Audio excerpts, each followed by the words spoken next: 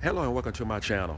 I have a 2010 Chevrolet Duramax 3500 that actually stopped charging while it was going down the highway. And before it started charging, you can actually smell smoke. And if that's the case, first thing you want to do is disconnect your battery. And there's a junction that goes right here up against the firewall, and you can see where it actually burnt, to the point that it actually burnt where it was mounted. And this is the item here that actually burnt. So it got pretty hot, and that's the smoke that the driver was actually smelling. The dealer actually had difficulty locating this part. So what I did was I went on Amazon and just wanted to share this. I finally received a brand new block from the dealer, and this is the part number, and the cost on it was $26.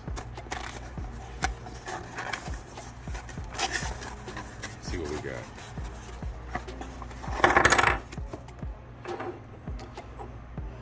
So this is the original block. Guys, I'm gonna go with the one that I got from Amazon. It has 4 terminals. I really use that one instead. Nothing against the original one, but on this one, it's 4 cables, and there was 2 cables going to one unit. So I like the aftermarket one better. And this is the part that I received, and here's the part number here.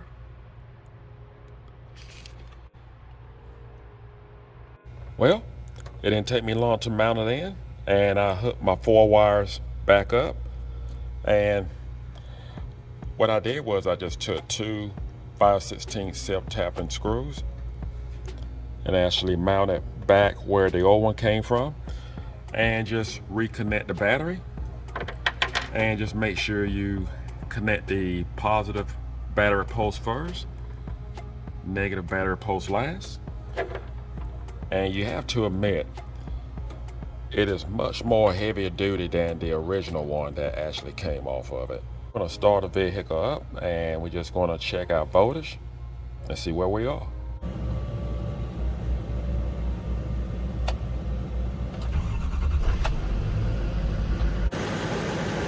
All right, we set our voltage meter. Let's just go to our battery.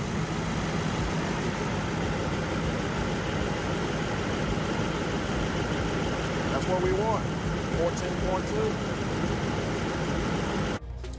And we just want to make sure we put our cover back on.